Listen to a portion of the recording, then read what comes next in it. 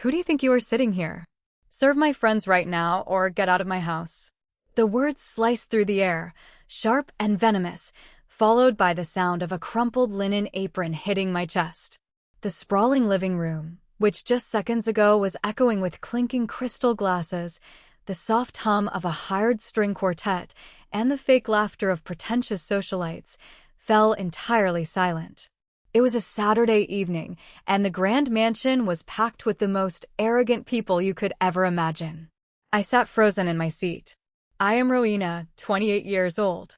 I looked down at the stained white apron resting on my plain navy blue dress, and then I looked up at my younger sister, Cressida. She was glaring at me, her face flushed with unearned pride, wearing a custom designer gown that cost $5,000. Her two best friends, Isolde and Tamsin, stood right behind her, snickering behind their manicured hands, their eyes scanning my modest outfit with undisguised disgust. I was supposed to be a guest at my own sister's engagement party. Instead, she was treating me like a stray dog that had wandered into a palace to beg for scraps. My chest tightened, a familiar burn of humiliation creeping up my throat, threatening to choke me. I turned my head to look at my mother, Marigold.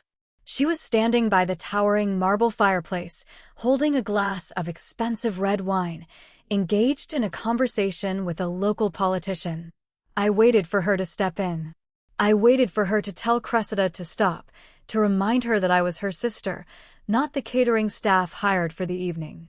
But my mother just took a delicate sip of her wine, offered me a dismissive, patronizing smile, and said the words that finally shattered my heart into a million irreparable pieces. Just help her out, Rowena. You haven't contributed anything to this family lately. My father, Thaddeus, was standing right next to her, adjusting the cuffs of his tailored suit. He didn't say a single word in my defense. He just casually looked away, suddenly very interested in the grand crystal chandelier hanging above us, pretending he didn't hear a thing. The message was loud and clear, echoing in the deafening silence of the room. In this family, I was nothing. I was the invisible child, the scapegoat, the punchline to their cruel jokes. My breathing hitched. How did it get to this point? How did I end up sitting in a room full of strangers, being ordered to serve drinks by a sister who had never worked a hard day in her life? And more importantly, how did they not realize the catastrophic mistake they were making by pushing me over the edge tonight? I did not cry. I did not scream or throw a fit. Instead, a wave of cold, terrifying clarity washed over me. I looked at the apron, I looked at my parents, and then I smiled. It was the most chilling, genuine smile I had ever worn. They thought I was a pathetic loser they could kick around for fun. But what they did not know is that the very ground they were standing on, the expensive food they were eating, and the roof over their heads all belonged to me. The party around me was a grotesque display of fake wealth and fragile egos. Everywhere I looked, I saw towering floral arrangements of rare white orchids that cost more than most people's monthly rent. Waiters in crisp white shirts and black bow ties were circulating with silver trays of imported caviar, truffles, and cheeses that nobody actually liked, but everyone pretended to enjoy. Cressida had insisted on throwing this extravagant engagement party to celebrate her upcoming wedding to Evander, a man whose ego was even bigger than hers, if that was even scientifically possible. They paraded around the room like royalty, soaking up the praises of their equally shallow friends, acting as if they had built an empire from the ground up. I had arrived quietly earlier that evening, dressed in a simple, unbranded dress that cost me barely $50 at a local boutique. My family has always thought of me as a struggling IT worker, someone who sits in a dark, windowless cubicle fixing computer bugs for minimum wage. They went out of their way to make me feel small because I refused to buy into their flashy, debt-fueled lifestyle. They mocked my clothes, my sensible car, my quiet demeanor. But their mockery was just a desperate shield to hide their own massive insecurities and financial failures. Cressida crossed her arms, tapping her designer heel impatiently against the imported hardwood floor, breaking my train of thought. "Well, what are you waiting for?" she barked, her voice echoing off the high ceilings. "Isolde wants a fresh glass of champagne. Go get the bottle." You look the most like a maid out of everyone here anyway, so you might as well act the part."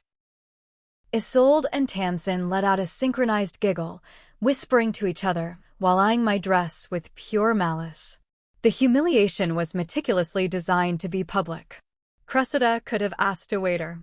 She could have asked Evander. But she specifically chose to throw that apron at me in front of dozens of important people to put me in my place. To remind me that she was the golden child, the successful beauty influencer with a perfect life, and I was just the dirt beneath her expensive shoes. I looked at my mother again. She was busy laughing at a joke the politician had made, entirely unbothered by the fact that her eldest daughter was being publicly humiliated. My father had already slipped out to the stone patio to smoke a premium cigar with his golf buddies. They had enabled this monstrous behavior for 25 years. They had raised a tyrant and fed her with unconditional praise, while feeding me scraps of passive-aggressive criticism. I placed my hands on my lap, gripping the rough fabric of the apron to keep my hands from shaking. It wasn't fear that made me tremble. It was pure, unadulterated rage. I had spent the last 5 years quietly playing the role of their financial safety net, swallowing my pride to keep them afloat, and this was my reward. This was the gratitude I received. I took a deep breath, looking around the room one last time, wondering what Evander or Cressida would do next to seal their own fate. Sitting there with that insulting apron heavy on my lap, the lively music and the chatter of the arrogant guests began to fade into white noise. I retreated into a dark, deeply familiar place in my head. I call it my museum of pain. It is a vast, meticulously organized mental collection of every time my family had betrayed me, discarded me, and reminded me that my feelings meant nothing to them. The first major exhibit in this museum was the agonizing memory of my college fund. I was 18 years old, practically vibrating with excitement because I had just been accepted into a brilliant, highly competitive university to study computer science. I had worked tirelessly throughout high school, sacrificing parties and weekends, maintaining perfect grades, firmly believing that my parents would keep their lifelong promise to help me pay for my tuition. But just 3 short weeks before my freshman year began, my father called me into the living room. He sat me down on the leather sofa and casually mentioned, without a single ounce of remorse, that the money was gone. They had emptied my entire college savings account to buy Cressida her first car, a brand new luxury convertible, simply because she was starting high school and felt she needed to make a good impression on the popular girls. I remember the devastating weight of that betrayal crushing my chest. I had to scramble to take out massive student loans and work 3 grueling jobs. I was serving tables late into the night at a greasy diner, working the front desk at a gym at dawn, and fixing broken laptops in my cramped dorm room just to afford textbooks and instant noodles. Meanwhile, Cressida drove to school in a vehicle worth more than my entire education, frequently complaining to our parents that the leather seats got too hot in the sun. The second exhibit was much more recent, yet the wound was still fresh. 3 years ago, after years of relentless grinding, I officially launched my own cybersecurity consulting firm. I had poured my blood, sweat, and countless sleepless nights into building it from the ground up. To celebrate landing my first major corporate contract, I invited my family to a small, intimate dinner. I booked a table at a beautiful Italian restaurant, ordered their favorite expensive dishes in advance, and waited. I sat at that table alone for 3 agonizing hours, watching the ice melt in my water glass. When I finally called my mother, terrified that they had been in a car accident, she answered with a tone of mild annoyance. "Oh, Rowena, we couldn't make it. Cressida's Pomeranian is turning 1 today, and she threw a huge puppy party in the backyard. We couldn't just leave her alone to manage all the guests. They chose a dog's birthday party over the biggest professional milestone of my entire life. They did not even bother to send a text." But the centerpiece of my museum, the grandest and most tragic exhibit of all, was the massive secret I was harboring right at this very moment in the middle of this engagement party. For years ago, my parents' reckless spending and obsession with keeping up appearances finally caught up with them. They were drowning in crippling debt, their small business ventures were failing, and the bank was merely weeks away from foreclosing on this very home. They were terrified, not of being homeless, but of losing their social status among their country club friends. They came to me crying, begging for a loan. They did not know how much money I actually made through my tech company, but they knew I was frugal and had savings. I did not give them a loan. Instead, I did something incredibly foolish out of a misplaced, desperate sense of filial duty, hoping it would finally earn their love. My cybersecurity firm had taken off massively. I had secured highly lucrative government and corporate contracts. My net worth had skyrocketed into the millions. So, I used a blind trust company to quietly purchase this massive estate right out from under the bank. I let my parents continue living here rent-free, under the strict legal condition that they maintain the property and pay the utility bills.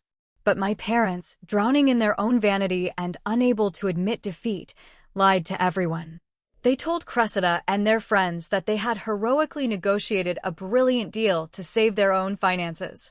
They continued to play the role of wealthy aristocrats, hosting lavish parties, while I secretly paid the hefty annual property taxes. My mind snapped back to reality when someone snapped their fingers aggressively directly in front of my face. It was Evander. He was standing there with a smug, punchable grin, holding an empty crystal glass toward me. "You heard her," he sneered, his voice dripping with condescension, loud enough for the nearby guests to hear.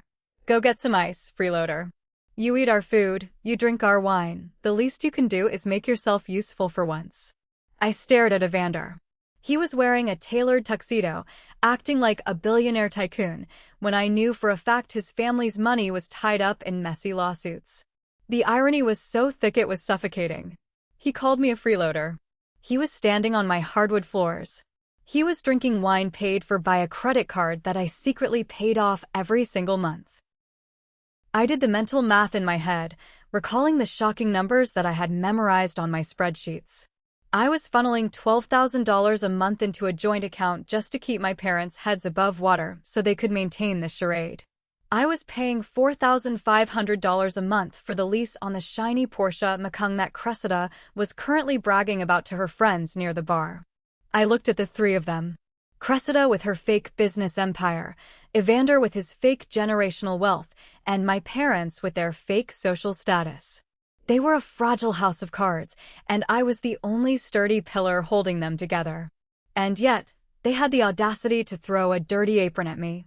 I realized in that exact, crystal-clear moment that no amount of money, no amount of silent sacrifice, would ever make them love me or respect me.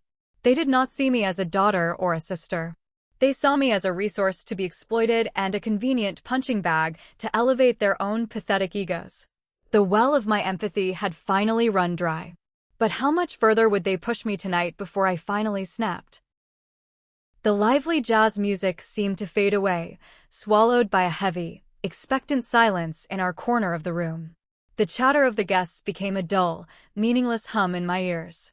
I slowly picked up the apron from my lap, feeling the coarse texture of the fabric against my skin. I did not throw it back at Cressida's smug face. I did not raise my voice, curse at Evander, or cause a dramatic scene. I knew that is exactly what they wanted. They wanted me to look crazy, to act irrational and emotional so they could point their fingers, play the victims, and justify their terrible treatment of me to their friends. Instead, I stood up with a terrifying, icy calmness. My movements were slow and deliberate. I looked at Cressida. Her smug, victorious smile faltered for just a fraction of a second, her eyes betraying a flicker of genuine confusion caused by my chilling silence. I turned away from her and walked slowly toward the towering marble fireplace where my mother was standing. The guests around us began to quiet down, sensing the sudden, sharp shift in the atmosphere. "Mom," I said, my voice steady, clear, and devoid of any emotion. "Do you also want me to be her maid tonight, or be thrown out of the house?" Marigold paused, her wine glass halfway to her lips. She let out a heavy, exasperated sigh, clearly annoyed that I was forcing her to deal with an uncomfortable family dynamic in front of her important country club friends. "Oh, stop being so dramatic, Rowena," she scolded me, waving her hand dismissively as if swatting away a pesky fly. "You have always been so terribly jealous of your sister. It is her special night. Just put the apron on and pour the drinks. It will not kill you to be helpful and supportive for once in your life. My father, who had just walked back in from the patio smelling of expensive tobacco, saw the tension. He looked at me, shook his head in deep disappointment, and muttered, "Just do what she asks, Rowena. Do not ruin this night for us." That was it. That was the final drop of water that caused the massive dam holding back years of resentment to break. I looked at the people who gave me life, the people I had secretly saved from total financial ruin, and I felt nothing but an overwhelming, profound sense of pity. They were so blinded by their own carefully crafted illusions that they could not see the steep cliff they were blindly marching toward. I gently placed the white apron on the edge of the fireplace mantel, patting it down flat. I turned around and walked over to the modest wooden chair where I had left my cheap purse. I picked it up, slinging the strap over my shoulder with a sense of finality. "Where do you think you are going?" Cressida demanded, stepping aggressively into my path, her hands planted firmly on her hips. "I told you to serve my friends." I looked her dead in the eyes. The swirling anger inside me had crystallized into something cold, hard, and unbreakable. "I am leaving, Cressida," I replied softly. Evander let out a loud, mocking laugh, taking a sip of his wine. "Let her go, babe," he sneered, loud enough for the room to hear. "She probably has to go back to her tiny apartment to play video games anyway. She does not belong here with us in the real world." I did not defend myself. I did not tell them about the millions sitting securely in my bank accounts, or the fact that my company could buy and sell Evander's entire fake trust fund 10 times over. That kind of revelation is entirely wasted on people who are deeply committed to misunderstanding you and belittling your existence. "Have a wonderful evening, everyone," I said to the room at large, my voice polite but firm. I turned my back on my family and began walking toward the grand front doors of the foyer. As I moved through the crowd of well-dressed guests, the whispers started like a rustling wind. I heard Isolde mutter something about how pathetic and jealous I was. I heard Cressida laugh, a high-pitched, victorious sound that echoed through the vast hallway. She actually thought she had won. She firmly believed she had successfully asserted her dominance and chased the ugly duckling out of the swan pond forever.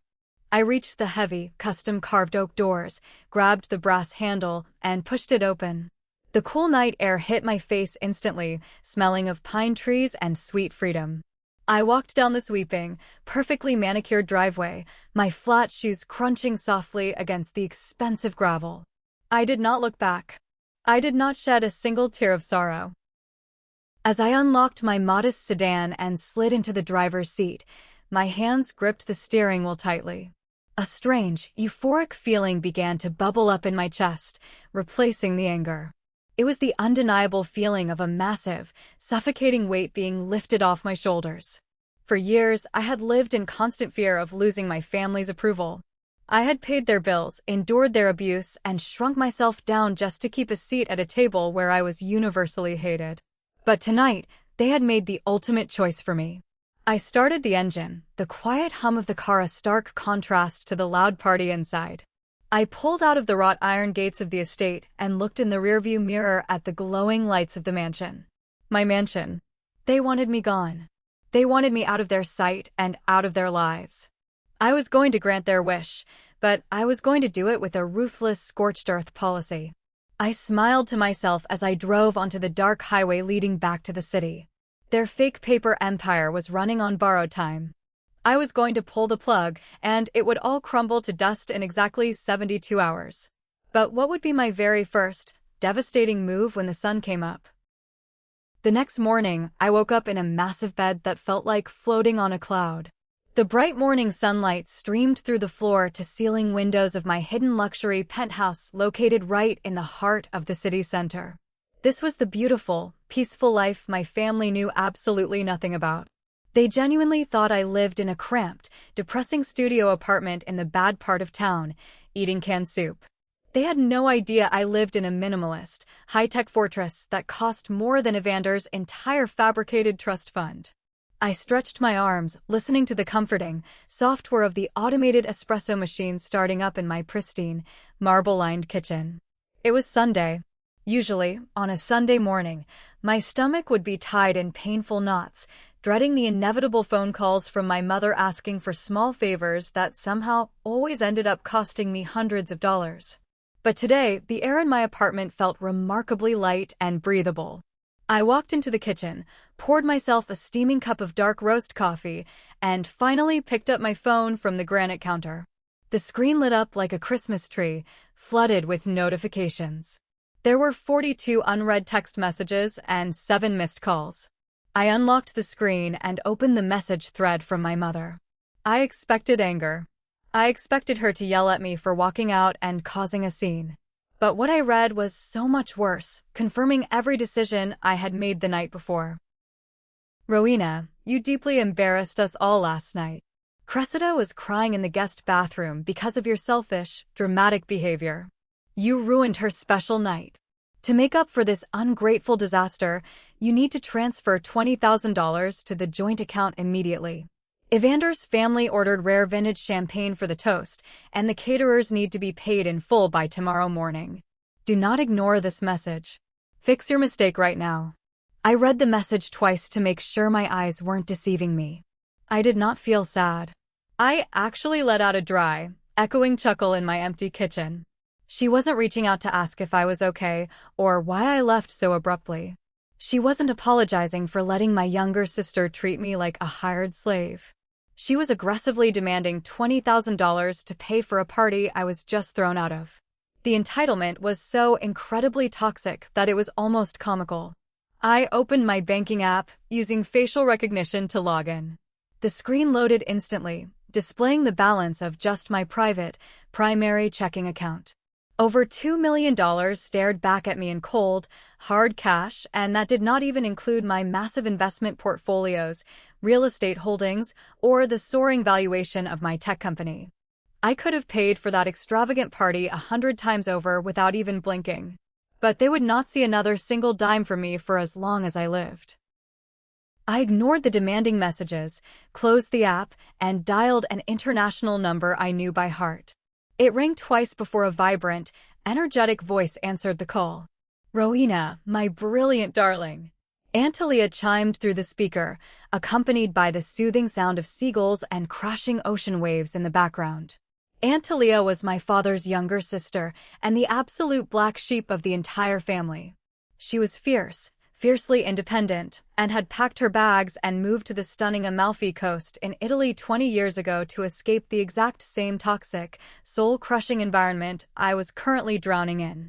She was the only person in the world who knew the real truth about my financial success, and the only one who genuinely loved me for who I was, not what I could provide. Aunt Talia, I said, my voice remarkably steady. You were right. You were right about all of it. I heard her sigh softly, a sound of deep, empathetic understanding. Did they finally push you too far, sweetheart? What did those leeches do this time? I walked over to the vast window, looking out over the sprawling city skyline, watching the tiny cars move below. They told me to serve drinks to Cressida's friends at her engagement party. They threw a dirty maid's apron at me in front of the whole room. And Mom told me to just do it because I don't contribute enough to the family. There was a brief, heavy silence on the line, followed by the sound of Talia setting a ceramic cup down on a saucer with a sharp, angry clink. I have told you 1,000 times, Rowena. Parasites will never, ever appreciate the host. They will just keep sucking your blood, draining your energy, until you dry up and die. You cannot buy love or respect from people who are incapable of loving anything but their own reflections. I know, I whispered, leaning my forehead against the cool glass of the window, feeling a profound sense of relief washing over me. I am done, Aunt Talia. I am completely done. I am cutting the cord today. Good girl, she said, her voice filled with fierce, protective pride.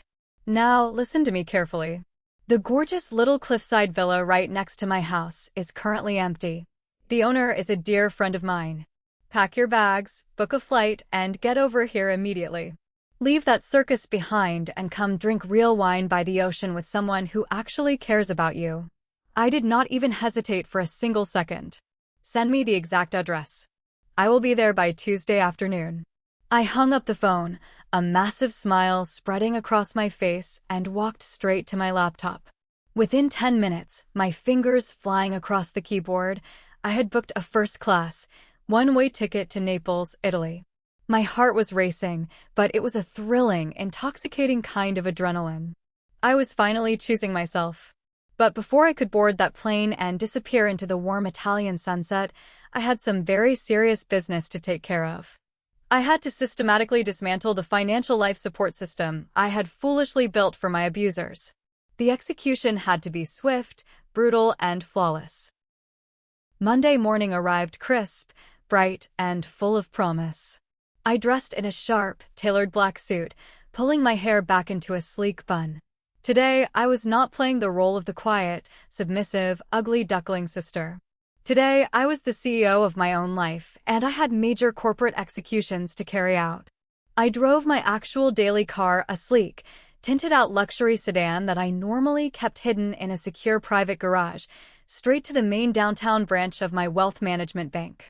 The branch manager, a sharply dressed, highly professional man named Mr. Harrison who handled my corporate accounts and trusts, greeted me personally at the heavy glass doors and escorted me directly into his private, soundproof office.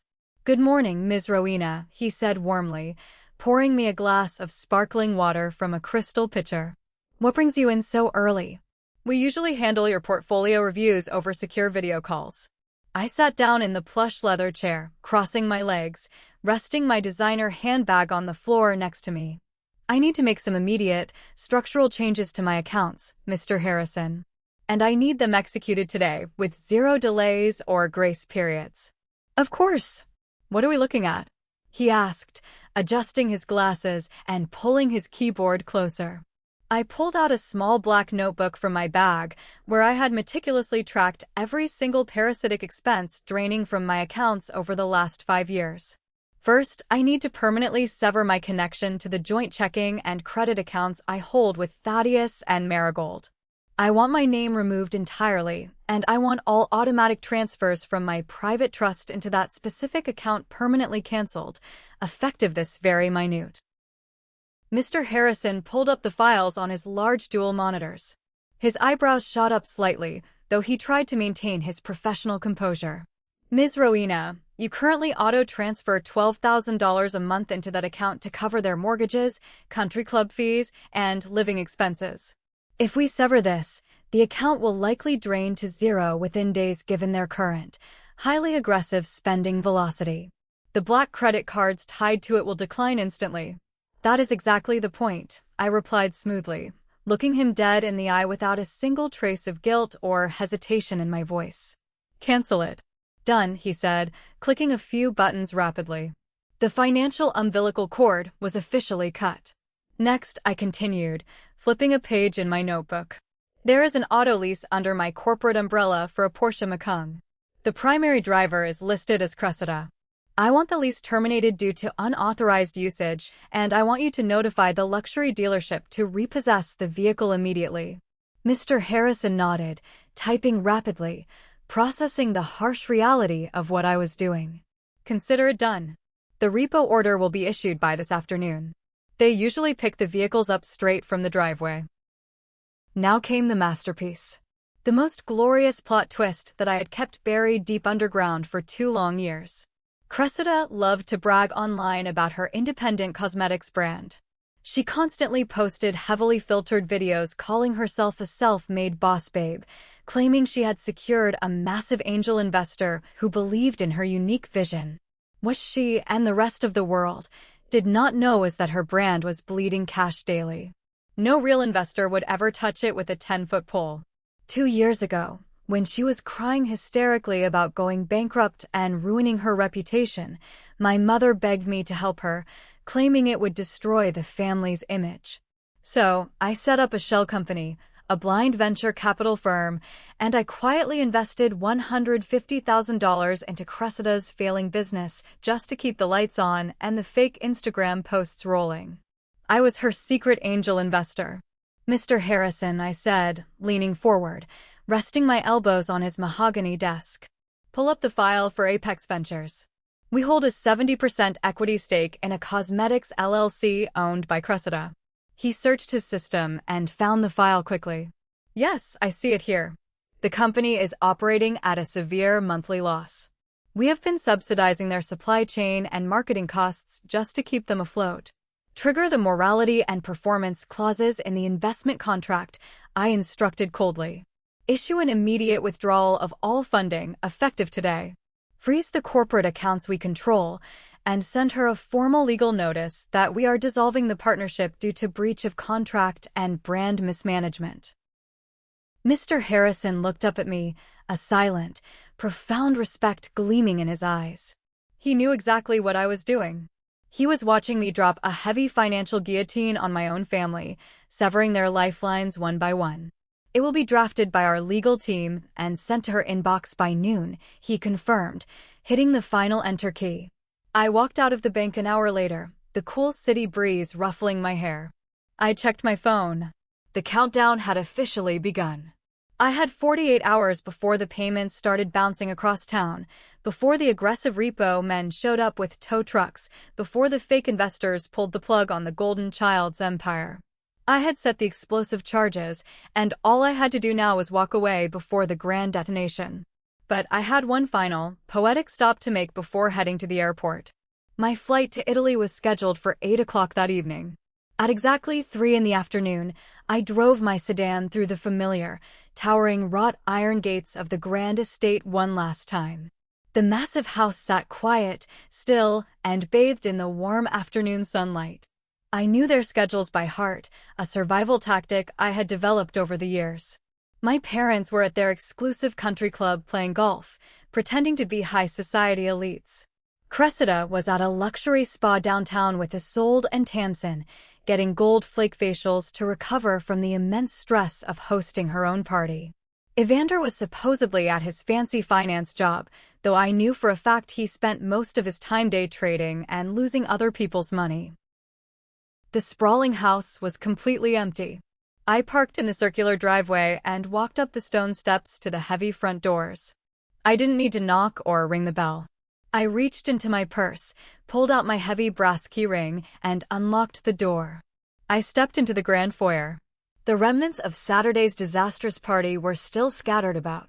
Empty champagne flutes were left on the antique tables, and the faint, sickeningly sweet smell of expensive perfume lingered heavily in the stale air. I walked slowly through the house, my footsteps echoing loudly on the polished hardwood floors. I traced my fingers over the expensive furniture, the imported Persian rugs, the ridiculous, oversized oil paintings my mother had insisted on buying to impress her friends. This was my house. I bought it. I owned the walls, the roof, the dirt it sat on, and every pipe inside it. Yet, I had never felt even a sliver of warmth or home here. It was a cold monument to their vanity and my own painful stupidity. I walked into the massive, state-of-the-art kitchen. The pristine marble island gleamed in the afternoon light pouring through the windows. I didn't come here to smash plates in a fit of rage, or cut the sleeves off Cressida's expensive designer clothes. I didn't come here to leave a dramatic, multi-page letter detailing all the ways they had hurt me over the last 2 decades. People who thrive on toxic drama feed off emotional reactions. I was going to starve them completely. I unhooked the brass house key from my personal key ring. I placed it gently in the exact dead center of the kitchen island, where it was impossible to miss. I pulled a small pad of neon yellow sticky notes from my bag, clicked my pen, and wrote a single, brief message. Here is the key. I got out like you asked. Take care. Rowena. I stuck the small note right next to the key. It was so small, so seemingly insignificant, yet it held the destructive weight of a nuclear bomb. I looked at it for a long moment, feeling a profound, overwhelming sense of closure wash over me. I turned around and walked out of the kitchen, out of the grand foyer, and out the front door. When the heavy oak door clicked shut behind me, the deadbolt engaging with a solid, final thud, I knew deep in my bones I was never stepping foot inside this house again as a victim. 3 hours later, I was sitting comfortably in the luxurious first-class lounge at the international airport. I had checked my bags, breezed through security, and was now sipping a glass of complimentary vintage champagne. I watched the massive airplanes taking off through the floor-to-ceiling glass windows, the sky turning a deep, bruised purple as the sun began to set over the city. My phone buzzed aggressively in my pocket. I pulled it out and looked at the glowing screen. It was an urgent text from my mother. "Rowena, my card was just declined at the country club dining room in front of everyone. I had to borrow cash from Mrs. Henderson. It was completely humiliating. Call the bank and fix this glitch right now, or don't bother coming home." I smiled, a genuine, deeply relaxed smile that reached my eyes. It wasn't a banking glitch. It was cold, hard reality finally catching up to them at breakneck speed. I didn't type a reply. I simply swiped the notification away, went into my settings, and turned my phone off entirely. I slid it deep into my leather carry-on bag. Flight 402 to Naples, Italy is now boarding all first-class passengers, the overhead speaker announced. I picked up my bag, handed my boarding pass to the smiling gate agent, and walked down the jet bridge. As I settled into my spacious, lie-flat pod on the airplane, I felt a kind of peace I had never experienced in my entire 28 years of life. I was flying thousands of miles away to a beautiful coastal town, leaving behind a family that saw me only as a walking bank account.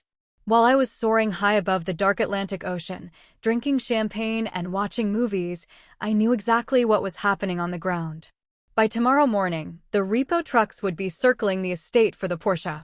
By tomorrow afternoon, the terrifying email from the venture capital firm would land in Cressida's inbox, crushing her fake empire to dust. And by the end of the week, they would realize the $12,000 safety net had vanished into thin air, leaving them in free fall. I closed my eyes, pulled the soft blanket over my shoulders, and let the steady hum of the airplane engine lull me to sleep. The storm was coming for them, and for the first time in my life, I wasn't going to be there to hold the umbrella. Thank you guys so much for listening to the story so far. If you are enjoying this satisfying journey of setting boundaries and taking back control, please make sure to hit that like button and subscribe to the channel. Let me know in the comments if you have ever had to deal with a toxic golden child in your family.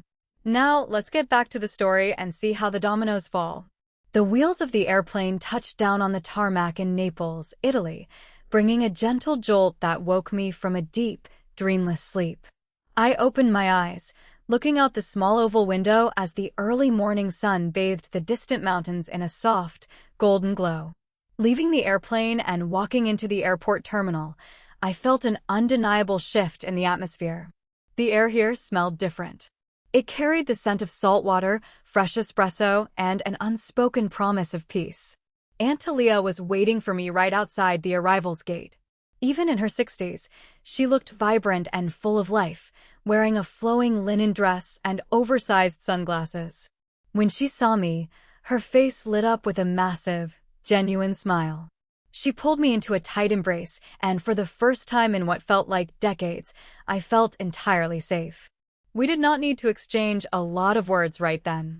She just patted my cheek, grabbed my suitcase, and led me to her vintage convertible waiting in the sunny parking lot. The drive along the Amalfi Coast was nothing short of breathtaking. The winding, narrow roads carved into the steep cliffs offered sweeping views of the sparkling Mediterranean Sea. The water was a vibrant shade of turquoise, dotted with small white boats rocking gently in the waves. I rolled down the window, letting the warm, salty breeze tangle my hair. The heavy, suffocating anxiety that usually lived in my chest had vanished. I was thousands of miles away from the mansion, the fake friends, and the toxic family that had drained me for so long.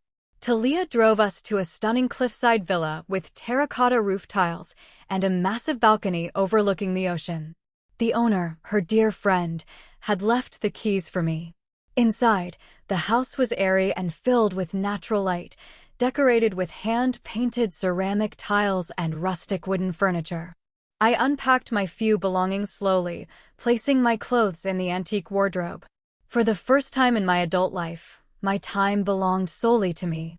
That afternoon, Talia and I sat at a small wooden table on my new terrace. She had prepared a simple but incredible meal of fresh pasta, ripe tomatoes, basil, and a bottle of crisp white wine produced in a nearby vineyard. We ate in comfortable silence, listening to the waves crashing against the rocks far below us. "You look different already," Rowena, Talia said, taking a sip of her wine. "The tension in your shoulders is gone." I took a deep breath of the ocean air. "I feel like I am finally breathing," I replied softly. As the sun began to dip below the horizon, painting the sky in brilliant shades of orange and pink, I decided it was time. I had given them 48 hours. The financial traps I had set were designed to spring silently and ruthlessly. I walked into the bedroom, retrieved my phone from my leather bag, and held the power button. The screen lit up with a soft glow. I walked back out to the terrace, sitting down in a comfortable wicker chair. As soon as the phone connected to the local cellular network, it practically exploded. The device vibrated violently in my hand for a full 2 minutes as a tsunami of notifications flooded the screen. There were 87 missed calls. 50 of them were from my father, Thaddeus. 20 were from my mother. The rest were a frantic mix of calls from Cressida and Evander. The text message threads were a chaotic mess of panic, confusion, and raw fury. I opened the thread from my father first. The progression of his messages painted a perfect picture of their crumbling reality. "Monday, 10 in the morning. Rowena, call me immediately. The bank rejected my card at the golf club. They said the joint account is closed. This is entirely unacceptable. Fix it. Monday, 2 in the afternoon. Where are you? Your mother went to your apartment, and the building manager said you moved out. What is going on?" Monday, 4 in the afternoon. A tow truck just showed up at the house. They took Cressida's car. The driver showed me a repossession order. Cressida is having a panic attack on the driveway. Pick up the phone right now. Tuesday, 8 in the morning. The bank manager just sent a courier to the house. He said you severed all financial ties. We have $0 in our checking account. The caterers are threatening to sue us for the engagement party bill. You're destroying this family. Call me the second you read this. I read the messages slowly, feeling a strange sense of detachment. He did not ask if I was safe. He did not express any concern for my well-being.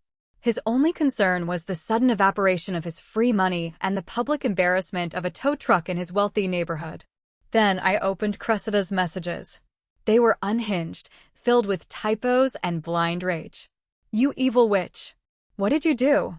Apex Ventures just pulled all my funding. They sent me a breach of contract notice and froze my business accounts. My brand is dead. And where is my car? Evander is furious. You ruined my life. You are going to pay for this." I sat back in my chair, staring at the screen as the Italian breeze brushed past my face. They still thought they could bully me into submission. They still believed that if they yelled loud enough, I would apologize and open my wallet to fix their mistakes. They had no idea that the ground beneath them was entirely gone. I took a sip of my wine, savoring the crisp taste. The opening act of their downfall was entertaining, but the main event was just about to begin. The truth was going to hurt them far more than the empty bank accounts. I pressed the call button on my father's contact name, put the phone on speaker, and set it down on the table. It was time to pull back the curtain. The phone rang exactly one time before Thaddeus practically snatched it on the other end. "Rowena." He roared into the receiver, his voice echoing loudly from the small speaker on my patio table. Aunt Talia, who was sitting across from me, raised an eyebrow and quietly poured herself another glass of wine, leaning in to listen. "Where the hell have you been?" My father yelled, his breathing heavy and ragged. "Do you have any idea the nightmare you have caused? Your mother is bedridden with stress. Cressida is hysterical. We have no access to the accounts. Your sister's car was towed in front of the entire neighborhood, and her investors suddenly pulled out. You need to call Mr. Harrison at the bank and fix this massive misunderstanding right now." I let him vent. I let him scream until his voice grew hoarse, simply listening to the desperate panic of a man who realized his entire identity was built on stolen sand.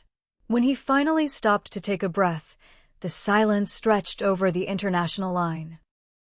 I spoke in a tone so calm and steady it surprised even me.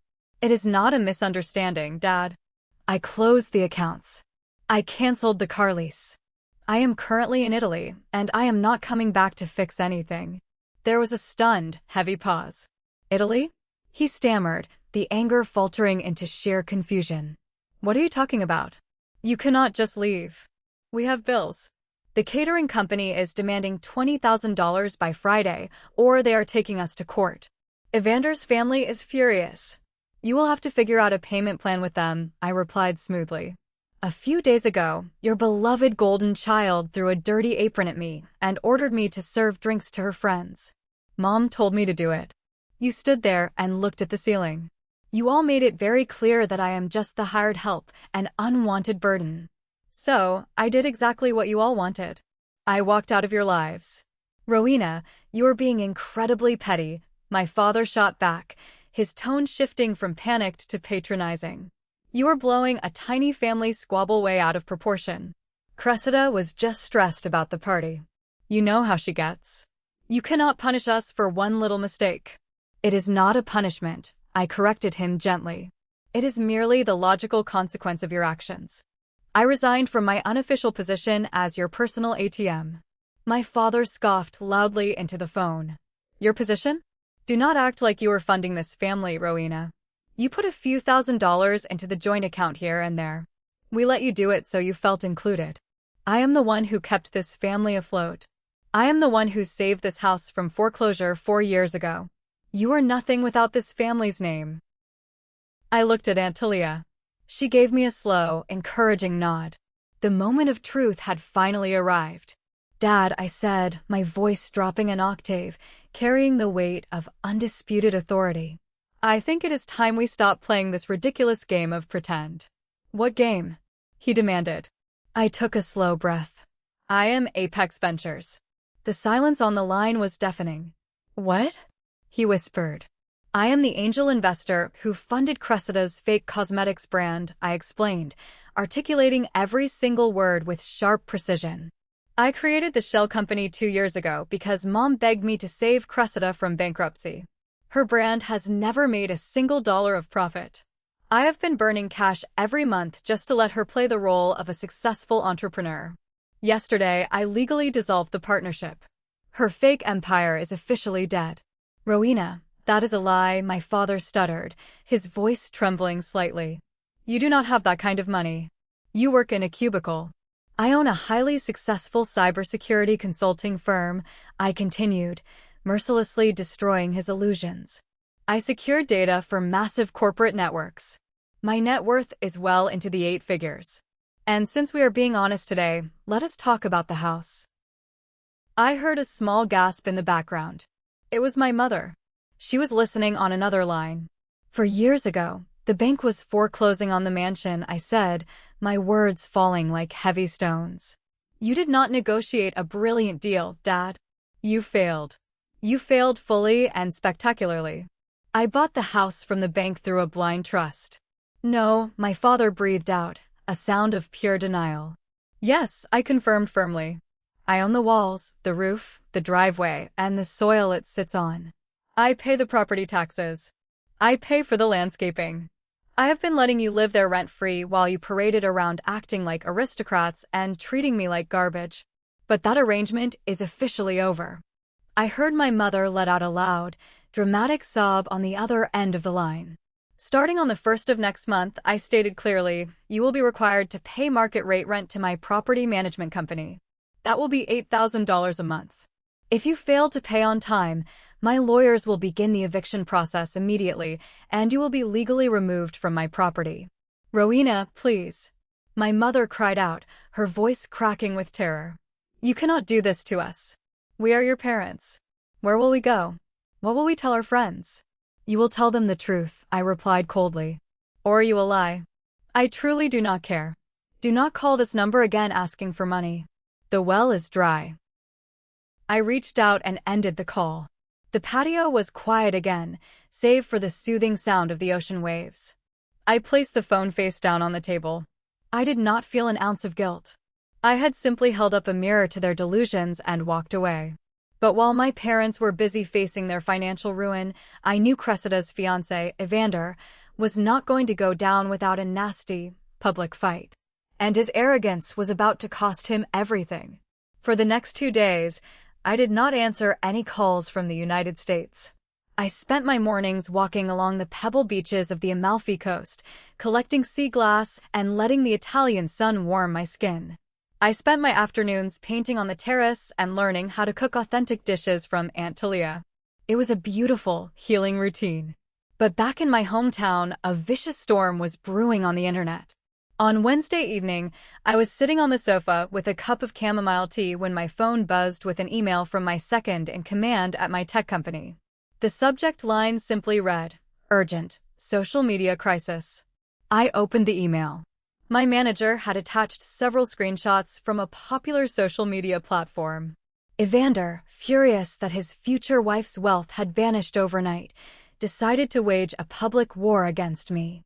He had posted a lengthy, highly dramatic manifesto on his public profile, tagging my personal name and my company's official business page.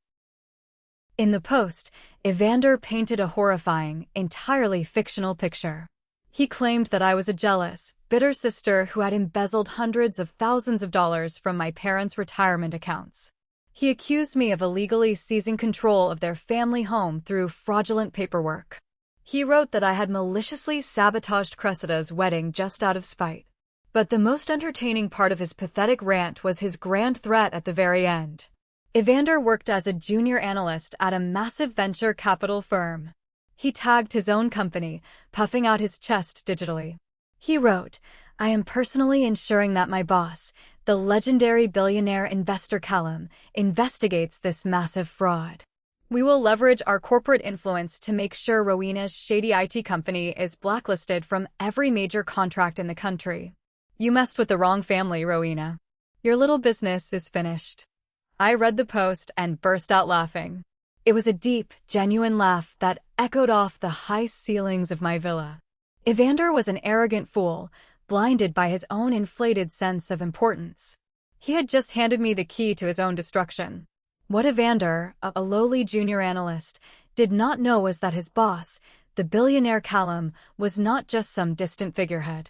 Callum was one of my very first clients. 3 years ago, when his firm suffered a massive data breach, my team stepped in, locked down their servers, and saved them millions of dollars in potential losses. Since then, Callum and I had built a strong professional relationship. We had dinner together whenever I visited New York. He knew my character, my work ethic, and he knew exactly how much money I made. I did not even have to lift a finger to defend myself. I forwarded the screenshots to Callum's direct email with a brief note. "Hi, Callum. It seems one of your junior analysts is trying to use your name to wage a personal vendetta against me because I stopped paying his fiancé's credit card bills. Thought you should see this. Best, Rowena." I closed my laptop and went to sleep, trusting that the universe would handle the rest. When I woke up the next morning, the internet landscape had shifted dramatically.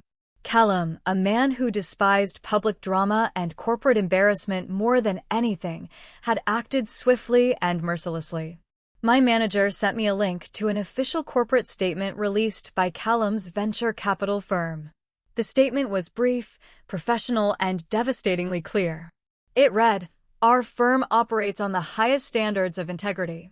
We have concluded an internal investigation regarding the public statements made by one of our junior employees, Evander. His claims against Ms. Rowena and her highly respected firm are entirely baseless and defamatory.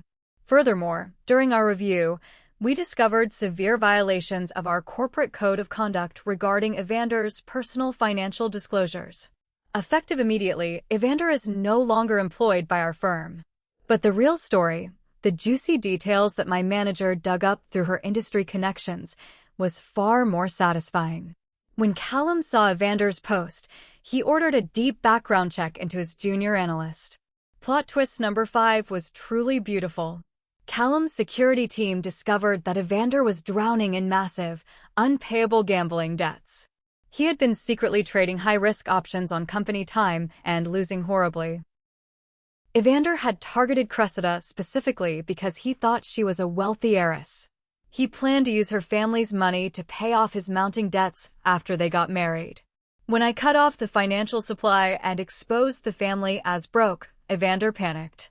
His social media attack was a desperate, messy attempt to force me into giving the money back to save my reputation.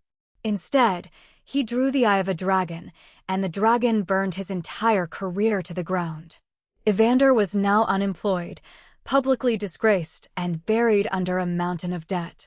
The leech had finally been pulled off, and without my money to hide behind, his true colors were exposed for the entire world to see. But the collateral damage of his fall was about to hit Cressida harder than anyone else.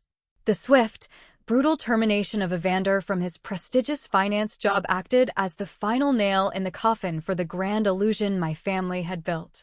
By Friday morning, the luxurious engagement party and the upcoming extravagant wedding were nothing but a pile of unpaid invoices and broken promises. Evander, terrified of his gambling creditors and realizing there was no hidden trust fund to save him, packed his bags in the middle of the night. He fled the city, turning his phone off and abandoning Cressida completely. He left her holding the bag for all the deposits they had signed for together, the massive floral arrangements, the custom designer dress, the luxury venue. It was hundreds of thousands of dollars in debt that she had zero way of paying. I watched the fallout from the safety of my sunlit terrace in Italy. I did not need to ask anyone for updates. The drama was playing out publicly on social media for everyone to see. When a ship starts sinking, the rats are always the first to flee. Cressida's so-called best friends, Isolde and Tamsin, the very same girls who had snickered when Cressida threw the maid's apron at my chest, suddenly smelled blood in the water. They were shallow, materialistic girls who only hung around Cressida because she bought them expensive drinks and got them into VIP sections using my credit card. Without the money and the status, Cressida was useless to them. Plot twist number 6 unfolded on a Saturday evening. Isolde and Tamsin went live on their social media profiles to distance themselves from the sinking ship. They initiated a ruthless, coordinated takedown of their former best friend. They sat in front of their cameras, sipping iced lattes, and exposed every single lie Cressida had ever told. They told their thousands of followers that Cressida's designer bags were cheap fakes bought from shady websites. They revealed that her luxury vacations were heavily photoshopped, and that she frequently returned expensive clothes after wearing them once for a photo. But the most damaging blow was when they targeted her failed cosmetics brand. They laughed as they told the internet that Cressida didn't know the first thing about business, that her products caused terrible skin breakouts, and that her mysterious angel investor had dropped her because she was impossible to work with. Cressida's carefully curated influencer empire crumbled to dust in a matter of hours. Her followers turned on her, filling her comment sections with mockery and anger. Sponsors dropped her instantly. She posted a tearful, highly filtered video trying to defend herself, crying about how everyone was betraying her, but no one believed her. She had built her entire personality on arrogance and superiority, and the internet showed her zero mercy when she fell. I sat on my balcony in Italy, watching the videos of my sister crying hysterically into the camera. Years ago, I would have felt an overwhelming urge to call her, to comfort her, to send her money to fix the mess. The ingrained trauma of being the family fixer was a hard habit to break. But as I watched her crocodile tears, I realized I did not feel any joy or triumph. There was no victorious cheering in my heart. I just felt a profound, heavy sense of pity. She was 25 years old, and she had no real skills, no real friends, and no real understanding of how the world worked. Our parents had ruined her by turning her into a spoiled tyrant, and she had ruined herself by believing her own lies. I turned off my phone, placed it in a drawer, and walked down to the beach. I walked barefoot on the warm pebbles, listening to the rhythmic crashing of the waves. I had chopped down the rotten, toxic tree that had overshadowed my entire life. The financial abuse was over. The disrespect was over. I was finally free. But a family bond, even a deeply toxic one, is a complex thing. The roots of that dead tree were still buried deep in the ground, and I knew, inevitably, they would try to reach out and pull me back down one last time. I just had to wait for the final desperate attempt.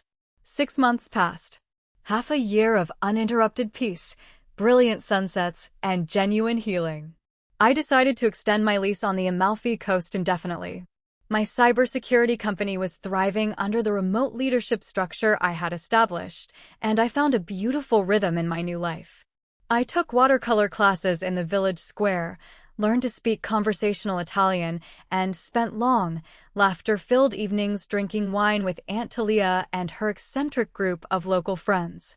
For the first time in my memory, nobody asked me for money, and nobody made me feel small. I had blocked my parents and my sister on every personal communication channel. The only updates I received about their situation came through my legal team in the United States, who were managing my estate and the fallout of my departure. The picture my lawyers painted during our monthly check-ins was a masterclass in the devastating consequences of pride. Without my $12,000 monthly subsidy, Thaddeus and Marigold could not even afford the basic utility bills for the grand mansion, let alone the $8,000 in rent I had demanded. They stubbornly tried to keep up appearances for 2 months, draining the last of their personal savings, before reality finally crushed them. They were formally evicted from the property by my management company. The grand mansion, the symbol of their fake high society status, was cleaned out and immediately rented to a wealthy tech executive from out of state. My parents, stripped of their pride and their country club memberships, were forced to move into a tiny, run-down, 2-bedroom apartment on the outskirts of the city. Cressida's fate was a brutal lesson in cosmic irony. With her influencer brand destroyed and Evander long gone, she was drowning in the debt from the cancelled wedding. She had zero marketable skills and a resume consisting only of selfies. To avoid being sued into bankruptcy by the catering and venue companies, the former golden child had to swallow her massive ego and get a real job. My lawyer informed me that she was currently working 40 hours a week as a barista at a local, no-name coffee shop, wearing an actual stained apron just to make minimum wage. But the most shocking update, plot twist number 7, came directly from Mr. Harrison at my bank. A month after I left, desperate for cash to secure their new apartment, Thaddeus and Marigold walked into the downtown branch of my bank. They presented a series of documents to a junior loan officer, attempting to take out a massive personal loan. The collateral they offered was a portion of my investment portfolio. They had forged my signature on a deeply flawed power of attorney document, betting that the bank would push it through without checking because of our shared last name. They did not realize that my accounts were heavily flagged and monitored strictly by Mr. Harrison. When the junior officer brought the paperwork to him for approval, Mr. Harrison immediately recognized the forgery. He walked out to the lobby, confronted my parents in front of the other customers, and told them that if they did not leave the premises immediately, he would call the police and press felony fraud charges on my behalf. They fled the bank in terror. That was the moment their remaining dignity evaporated. They had transitioned from entitled enablers to desperate criminals, willing to steal from their own daughter to avoid facing the consequences of their financial incompetence. Hearing that story did not make me angry. It just cemented my resolve. They were truly broken people, incapable of change. I poured myself a cup of espresso, sitting on my terrace as the autumn breeze swept across the ocean. The power dynamic had shifted entirely. I was no longer the frightened, anxious girl sitting in the corner, waiting for scraps of affection. I held all the cards. I controlled the narrative. I knew the silence could not last forever. The holidays were approaching, a time when toxic families often try to weaponize guilt and nostalgia to pull their victims back into the cycle of abuse. I knew they would find a way to bypass the blocks and reach out. And sure enough, on a quiet Saturday afternoon, an unknown international number appeared on my phone screen. I looked at the buzzing device. I could have ignored it. I could have tossed the phone into the ocean. But I did not want to hide anymore. I picked up the phone, swiped the green button, and brought it to my ear. "Hello," I said, my voice calm and powerful. It was time to deliver the final verdict. "Rowena?" The voice on the other end was small, fragile, and trembling. It was my mother, Marigold. In the background, I could hear the faint, hollow sounds of traffic passing by their cheap apartment, a stark contrast to the quiet luxury of the estate they used to live in. "Yes, Mom. I am here." I heard her let out a shaky breath, followed by the sound of muffled weeping. My father took the phone. "Rowena, it is Dad," he said, his voice entirely devoid of the booming arrogance he used to carry. He sounded old, tired, and defeated. "We borrowed a prepaid phone to call you. Please do not hang up. Just give us 2 minutes." I leaned back in my wicker chair, looking out at the endless expanse of the blue Mediterranean Sea. "I am listening," I replied neutrally. "We are so sorry," my father choked out, the words sounding heavy and painful in his mouth. "We lost everything, Rowena. The house, the cars, our friends. It is all gone. We live in a shoebox. We can barely afford groceries. We were blind, arrogant, and foolish. We took you for granted every single day, and we let your sister treat you terribly. We were wrong. We were so incredibly wrong." He paused, crying softly into the receiver. "We just want our daughter back. We do not want your money. We do not want the house. We just want to see you. We miss you so much. Can we please find a way to fix this?" I listened to their tears. I knew part of their apology was genuine pain, but I also knew that their sudden realization only came after their bank accounts hit zero. They were sorry they lost their comfortable lifestyle, and they were sorry they pushed away the only person who could fund it. I took a slow, deep breath, letting the Italian sun warm my face. "I appreciate you saying that, Dad," I said, my tone gentle but firm as steel. "I really do. And I want you both to know that I do not hate you. I forgave you a long time ago for my own peace of mind." "Oh, thank God," my mother sobbed loudly in the background. But I continued, raising my voice just enough to cut through her relief. "Forgiveness does not mean access. You broke my trust in ways that cannot be magically repaired with one phone call." I let the silence hang for a moment before delivering my final, non-negotiable terms. "You and Mom can come to Italy to visit me next spring," I stated clearly. "I will pay for your flights, and I will put you up in a nice hotel near my villa. We can have dinner, walk on the beach, and try to rebuild a basic relationship from scratch." "Thank you, Rowena, thank you," my father wept. "We will pack our bags. We will tell Cressida the good news." I cut him off immediately, my voice turning to ice. "No, you will not tell Cressida anything." My father paused, confused. "What do you mean?" "Cressida is not invited," I said, laying down the ultimate boundary. "She will never be invited. She is permanently banned from my life, my home, and my presence. If you decide to get on that plane to visit me, you leave her behind. If she ever tries to contact me, or if you try to bring her along, I will sever this connection forever, and you will never hear my voice again. Do you understand?" The silence on the line was thick and heavy. I was forcing them to make a choice. For 25 years, they had chosen the golden child over me every single time. Now, they were staring down the barrel of a lonely, impoverished old age, and I was offering them a single lifeline, but only if they dropped their precious favorite daughter. "I understand," my father finally whispered, his voice cracking with the weight of his surrender. "We will come alone. We will leave her out of it." They agreed. They abandoned the golden child without a second thought to secure their own connection to me. It was a harsh, tragic reality, but it was the closure I needed. They never truly loved either of us. They only loved what we could do for them. "I will have my assistant email you the flight itineraries in a few months," I said. "Take care of yourselves." I hung up the phone, ending the call and the chapter of my life that involved shrinking myself for their comfort. I set the phone on the table and closed my eyes, breathing in the scent of lemon trees and salt water. My sister's cruel ultimatum, demanding I serve her friends or get out, ended up being the greatest gift I ever received. She tried to humiliate me and throw me out into the cold, but she accidentally pushed me directly into my freedom. And for the first time in my life, I was the undisputed master of my own destiny. One of the most important lessons this entire ordeal taught me is that respect is never something you beg for. And it certainly is not won in a screaming match or by writing endless checks to ungrateful people. Respect is established by knowing exactly what your value is and knowing exactly when to walk away from those who refuse to see it.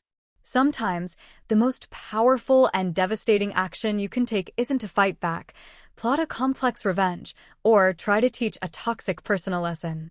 The best response is to simply pack up your worth, guard your peace, and walk out the door. Stopping your unconditional support for people who emotionally abuse you isn't an act of petty vengeance. It is pure, unfiltered self-love. True freedom begins the very second you realize you do not have to buy your place in anyone's life. I left my sister to serve actual coffee in a stained apron while she drowns in debt, and I banned her permanently from my peaceful life. Some relatives who heard the story called me heartless. They say family is family, and I should eventually forgive her. But I call it protecting my peace. So, what do you guys think? Am I wrong for refusing to ever forgive my sister and leaving her to face the consequences of her own arrogance? Thank you so much for watching the video until the end. If my story resonated with you, or if you have ever had to cut off toxic family members to protect your own mental health, please hit the like button and subscribe to the channel for more stories like this. Drop your thoughts in the comments below. I would love to read your opinions. Stay strong and always protect your peace.